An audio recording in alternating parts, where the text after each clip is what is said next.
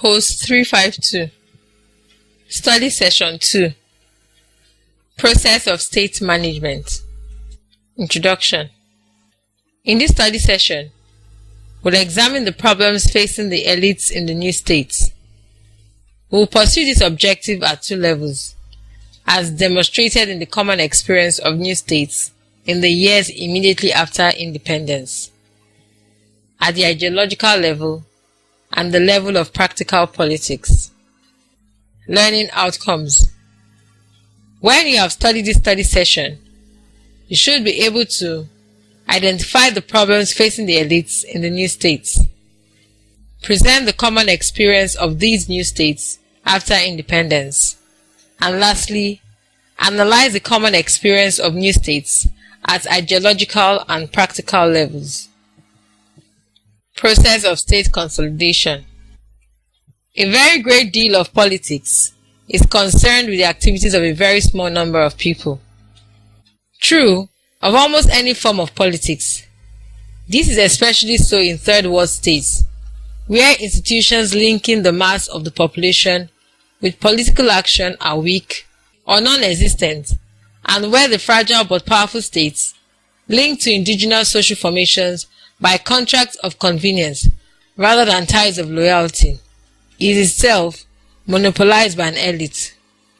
At the most basic level, the problem facing these elites is to increase the effectiveness of the states and diminish its fragility, ideally by creating a moral sense of its value and associating other social formations with it. This objective can be pursued at two levels, both of which are particularly clearly demonstrated in the common experience of new states in the years immediately after independence. At the ideological level, dominant elites develop patterns of thoughts and rhetoric which, expressing their own interest, glorify and justify the organization on which their power depends.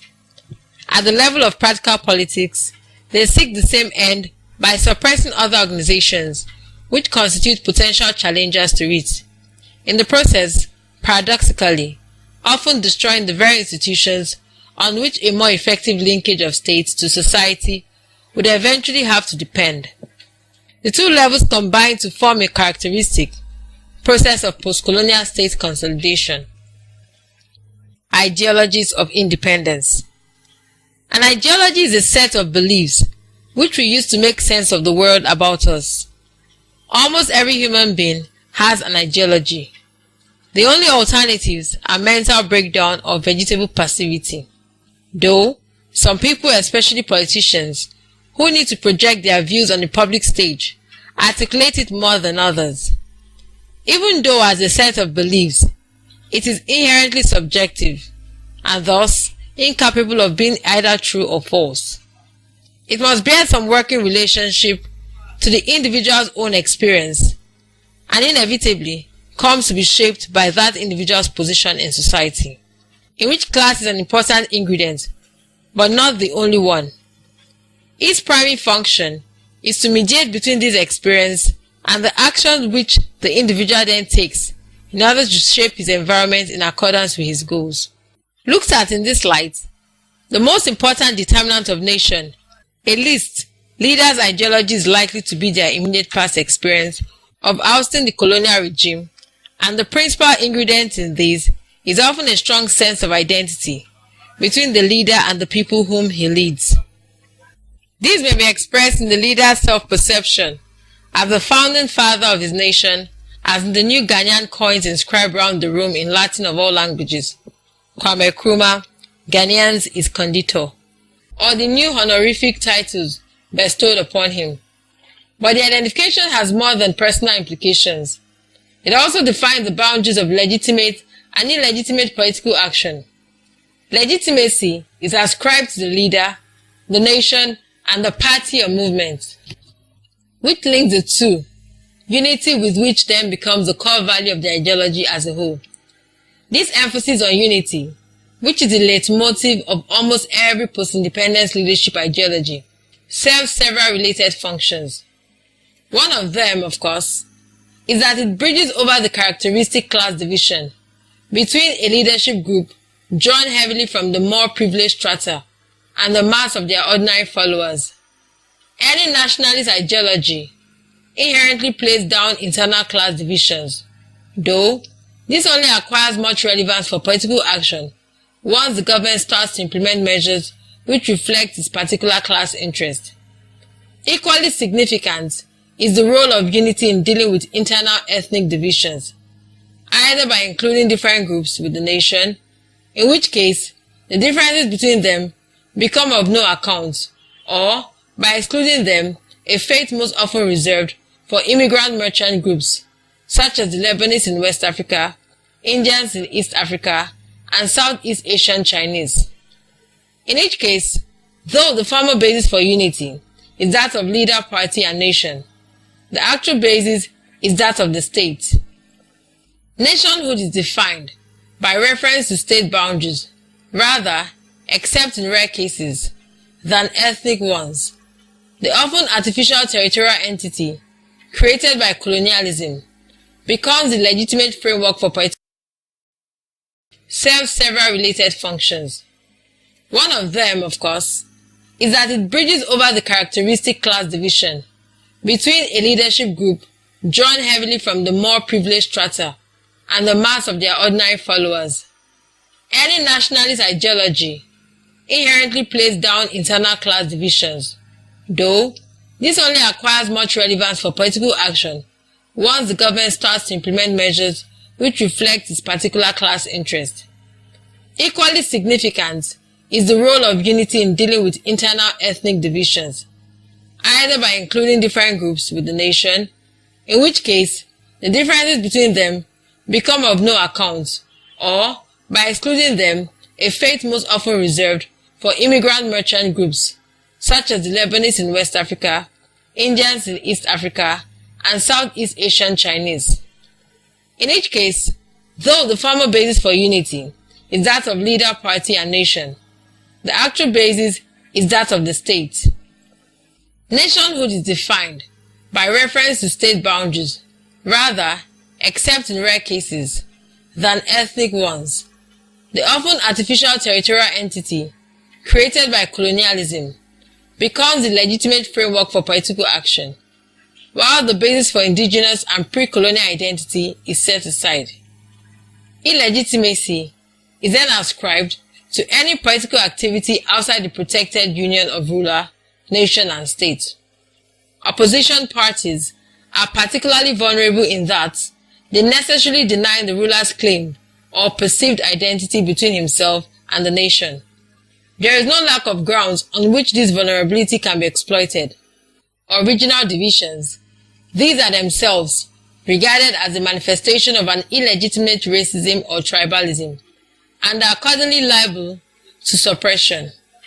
Any class-based opposition may likewise be defined out of account, especially when, as is usually the case, it derives from a privileged stratum of the population, which has been cut off from political support by the victorious party's greatest success in appealing to the popular vote. Where the difference between parties is neither ethnic nor class-oriented, but is factional in nature, they are open to Nyere's graphic critique of rival parties as being like football teams, engage in sterile conflict with one another, when they will be better employed in joining together to promote national goals.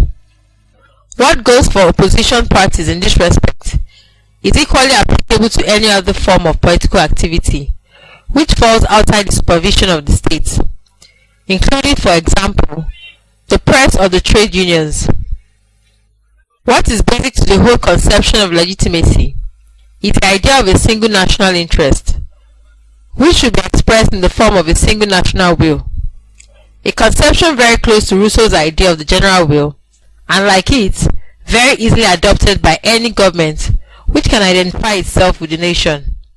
The problem of legitimacy is then that an ideology which is all too obviously statist in inspiration can rarely elicit the moral consent of those who do not evidently stand to gain from it. This portrait of an ideology is itself an ideal type. It depicts a set of ideas most easily in a sense rationally derived from the situation and interests of the leader of a newly independent state. Elements of this type recur much too frequently to be dismissed, but variations equally occur in keeping with the personality, experience, and current situation of particular leaders. Two such variables are the degree of anti-colonial radicalism in the nationalist movement and the degree of opposition to it. A peak of paranoia being reached when a radical nationalist movement gains power over and it sees it a neo-colonialist opposition backed by the imperial regime. A quotation from the party newspaper in Mali will make the point. We have enemies. They are on the outside. They are within. Those outside are more numerous. Those within, small in number, are only puppets, political merchants whose stores in Mali have long since been closed. They are the egoists, the envious, the poachers, the traitors in the pay of the imperialists, colonialists, and neo-colonialists. By contrast, the less anti-colonial a nationalist movement, the more secure its leaders and the more these are drawn from an established elite. The more likely it is to tolerate a measure of opposition, and the more muted will be its overt ideological rhetoric. Only when government and opposition leaders are drawn from the same stratum of society in both class and ethnic terms is this likely to lead, however, to any alternation of parties in power on the classic liberal democratic model.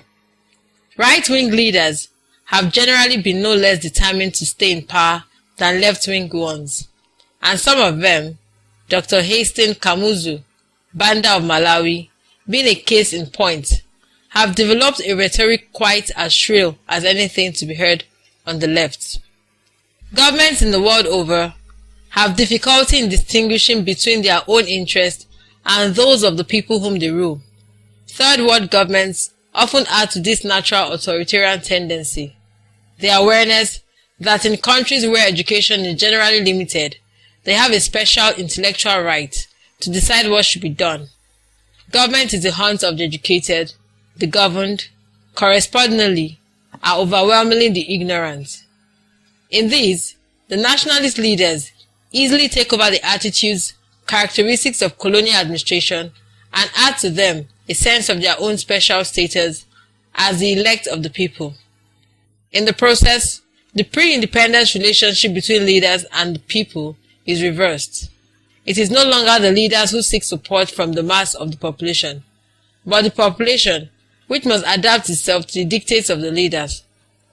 Not that these dictates are necessarily oppressive or uncaring, but even the most committed of leaders, Nyerere of Tanzania for example, feels far more confident of his own ability to determine what is best for his people than of their own ability to determine it for themselves.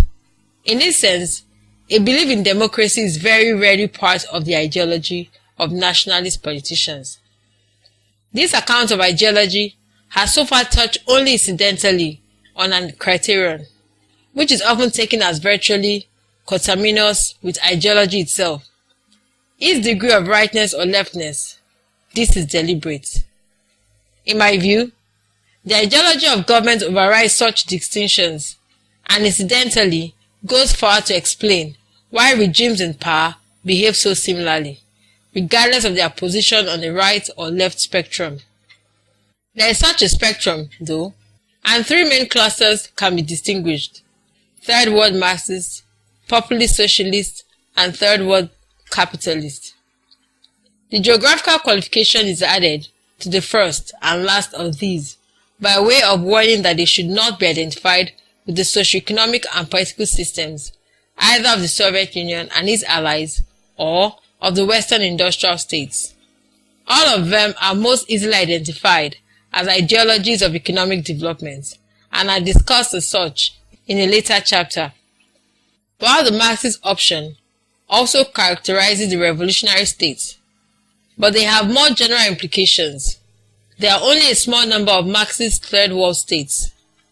Characteristically, the result of a domestic social revolution, which may also accompany a violent decolonization struggle, or the ousting of an entrenched protecting power. Vietnam, Cuba, and Ethiopia provide examples. They involve an attempt to create a new social order based on the abolition of private control over the means of production and usually on a communist party and a close alliance with the Soviet bloc. The populist socialist cluster is most easily distinguished from these by the absence of a social revolution and by an attempt to use the state to control the dominant sector of the economy, combined with a non-aligned foreign policy stance. This is the characteristic stance of a nationalist ideologue, exemplified by men such as Sukarno or Sihanouk in Asia, Nasser, Nkrumah or Nyerere in Africa, Manley in the Caribbean, and those Latin American leaders who have sought national control over exploitative corporations without violently disrupting the domestic social structure. Capitalism, in a sense, represents the maintenance of the status quo, including an economy with a high level of private ownership and strong connections with the Western industrial states, but should not be taken as necessarily indicating either a pro-Western foreign policy or favorable conditions for Western multinationals. The creation of an indigenous capitalist class may well call for restrictions on foreign businesses and an assertive foreign policy, Nigeria being a good example. These examples extend the use of the term ideology from essentially personal sets of belief into regime types, which draw not simply on the leader's conviction but on a much wider set of historical circumstances. No single leader can make a revolution unless he is at the very least strongly assisted by social conditions, and even the choice between capitalist and populist socialist path will be affected by the existing social structure, especially the groups from which the successful nationalist movement draws its main support. For all that, the priorities set by the first independent leader have often left a legacy, which must be ascribed in part, at least, to individual choice rather than socio-economic causation. The contrast between Houphouët-Boigny's capitalist Ivory Coast and his two socialist neighbors, Nkrumah's Ghana and Sékou Touré's Guinea, is one well-known example. So at the other end of Africa is the difference between Nyerere's Tanzania and Banda's Malawi. Had either of these leaders chosen to opt the other way, Banda for socialism or Nyerere for capitalism, there is nothing very evident in the structure of their countries or parties which would have prevented them from doing so. These were in some cases, and still are, the founding fathers of their states, and the way in which they chose to approach the problems of government which suddenly faced them at independence has had a lasting effect. Consolidation of state control. The power of nationalist leaders at independence rested on two institutions: the parties which they themselves in most cases had formed in order to generate popular support, and the administrations which they took over from the colonial regimes. In almost every case, their main source of power shifted rapidly in the years immediately after independence from the party to the state, leaving the party like a four-stage rocket which has put its payload into orbit, to fall away behind them. The first stage in this process, guided by the statist ideologies just examined, was the dismantling where possible of rival centers of power. This was not, of course, directed against the governing party. Indeed, its immediate outcome was to raise the party to a pinnacle of preeminence, formally at least, as a single or overwhelmingly dominant political organization within the state. But the suppression of the opposition was achieved, not by the use of governing party as such, but by using the power of the state. In most cases, this was not difficult, even though opposition leaders had a vested interest in the liberal ideology, corresponding exactly to the interest which government had in a state's one. This rarely attracted any substantial commitment even from the opposition itself. The principal exception being in states, whereas in India or the West Indies, or in a more limited degree, Ghana or Sierra Leone, it was backed by a substantial professional class. Oppositions, like governing parties, had formed to compete for state powers. Without it, they were left exposed. Even where an ethnic base for party identity gave them a fairly stable support base among the section of the population. The weapons at the government's disposal range from simple and forcible suppression to the subtler use of the state's regulative financial powers. The manipulation of benefits was the easiest to manage. When the piped water supply or the tarmac road went to the ruling party's constituency and stopped sharply at the boundary with the opposition won, it did not take the people across that boundary long to perceive the virtues of loyalty. Opposition politicians were sometimes, as in Ghana, say forced into exile or imprisoned under a variety of pretexts, but might equally, as in Kenya, be induced to move over to cross carpets, as was the phrase used in Sierra Leone, to the government side. Joining the ruling party was a move which could be sanctioned in ideological terms as aiding the essential task of creating national unity, but which equally held practical benefits for party leaders and members who saw no future in the permanent wasteland of opposition. Where opposition parties remained in being, harassment and electoral manipulation generally ensured that they had no chance of taking over control of government. The post-colonial third world states, in which an opposition party has, after winning a contested election, peacefully taken control of central government, fall comfortably into single figures. For India, in 1997 and 1980, Sri Lanka 1977, for Jamaica 1972 and 1980, for Barbados 1976, Mauritius 1982 and 1983. It has yet to happen in Africa though, but in Lesotho in 1970 and in Sierra Leone 1967, the opposition has won an election but been prevented from assuming power. Opposition has held little save the hope that a turn of fortune's will, in form of a military coup, say might overthrow the government and so lead eventually to a new civilian regime.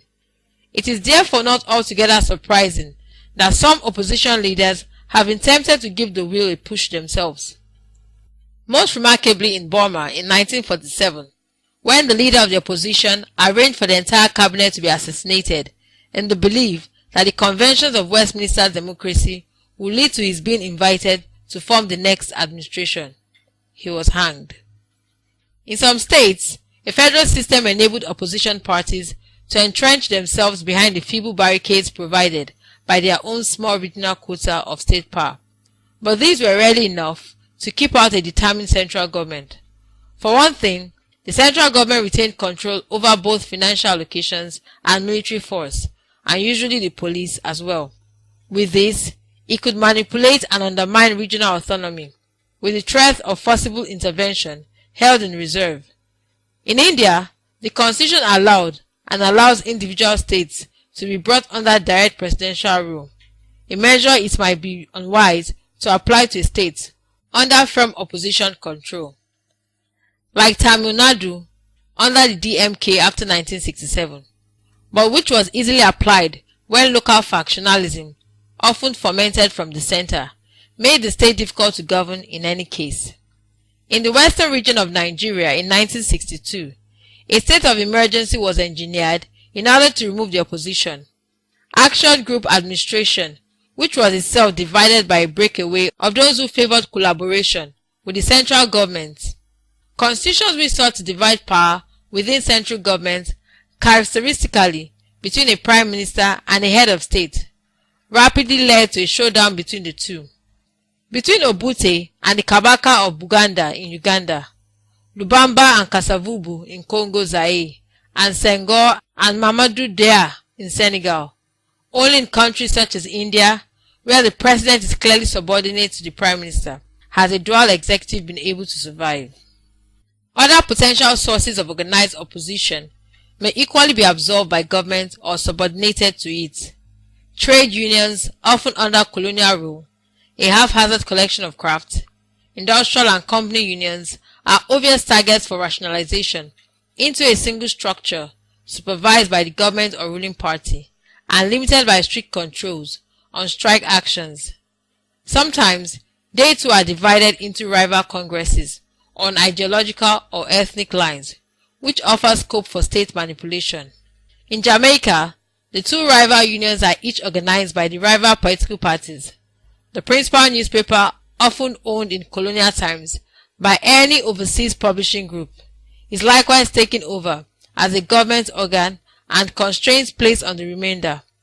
Traditional rulers rarely represent much of a problem, since they are subject to the controls which the new government has taken over from the colonial regime. And while individual rulers associated with opposition parties have frequently been deposed, even populist socialist governments rarely abolish the institution itself. It serves in the right hands as a convenience and agency for controlling the rural areas. Two exceptions are the abolition of chieftaincy in Guinea, where it is an unpopular creation of colonial rule, with no traditional difference attached to it, and the abolition in India of the patchwork of princely states, at odds with any systematic nationwide administration, left over from the haphazard history of British colonization.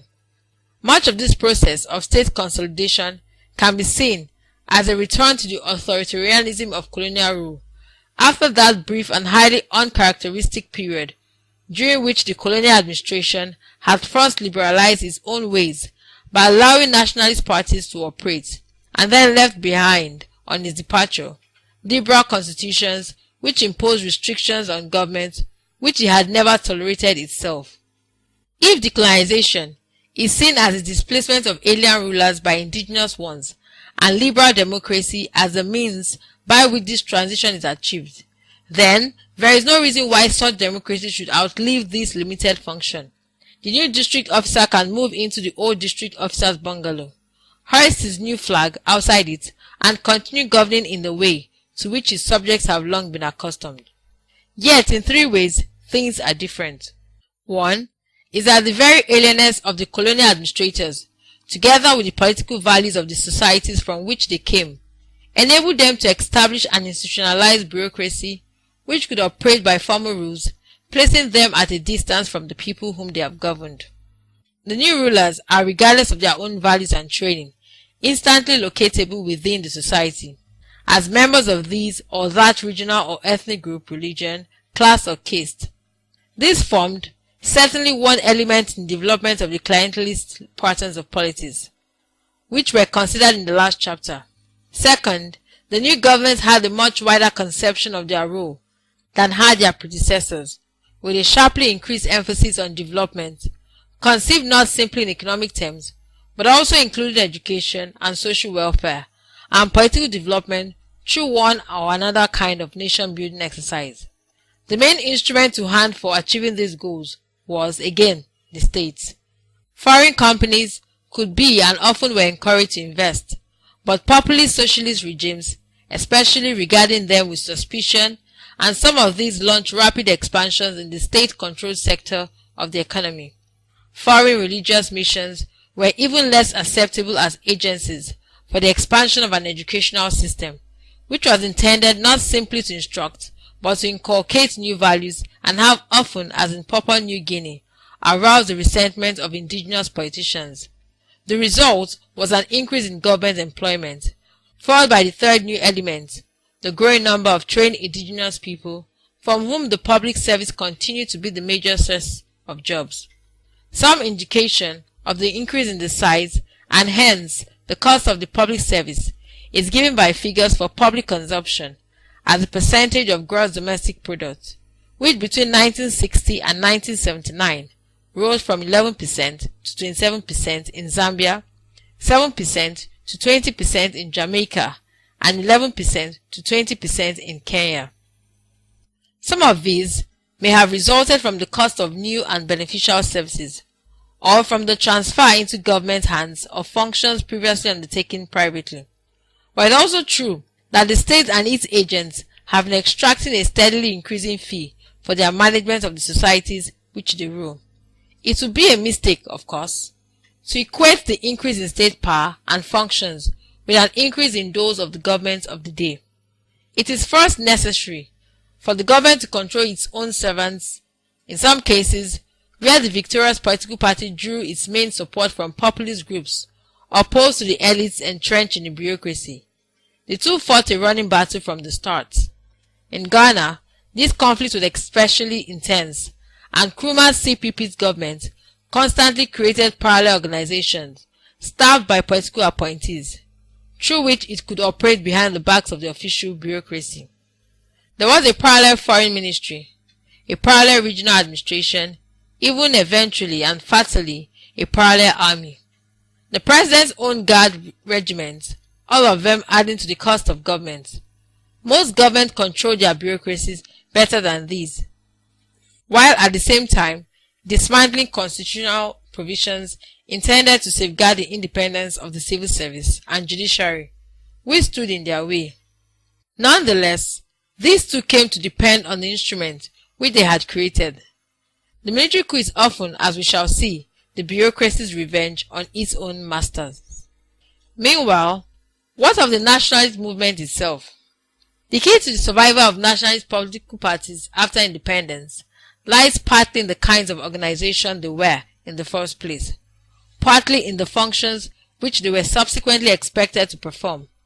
If, as I have suggested, the nationalist movements were not, or were very rarely, ideologically coherent and dedicated groups, but rather collections of desperate people brought together by desperate goals, all predicated on the achievement of national independence, then they could not be expected to transform themselves into single parties based, however loosely, on the Soviet model. Attempts to give them, after independence, the ideological stiffening which they had lacked before it really got anywhere. Nkrumahism in Ghana, with its ideological institutes, and its title, Black Book of the Thoughts of Kwame Nkrumah, the Freedom Fighters edition, was little more than a joke. Ujamaa in Tanzania was very much more serious. The Arusha Declaration of 1967 provided it with principles and precedents Nyerere with dedicated backing. But even this involved a constant struggle against the interests of those who constituted the party. In most cases, as Wallenstein has pointed out with reference to Africa, the single-party state declined in effect into a no-party state. As the momentum of achieving independence died away, the better qualified party workers moved across into government, and the state took over the party's functions in formulating policy, competing with political rivals, and even the time-consuming day-to-day activities of fundraising and local organization. The opening of a new palatial party headquarters, built with government funds in place of its previous scruffy offices, marked if not the total disappearance of the party as an effective institution, then at any rate the last stage in its transformation into an institution of a very different kind, an organ for the dispersal of government patronage. The result, especially as central bureaucrats took an increasing share of government resources and left less for distribution to the countryside and to local party activists, was a shrinking political arena, in which the number and range of people with the ability to participate effectively in politics declined along with the party itself. Those countries in which political parties remained active and effective were overwhelmingly those in which they continued to perform their original liberal function of providing a legitimate framework for the competition for power, where liberal constitutions were retained in practice rather than just on paper. The prospect of achieving power at the next election sustained opposition parties and compelled governing ones, despite a marked tendency to lean on the state for support, to organize against them. Likewise, whenever departing military regimes held reasonably fair elections to choose their successors, there was no lack of parties available to contest them. The logic of party competition, outlined by Schumpeter, applies just as well to Third World as to industrial states. Study session summary.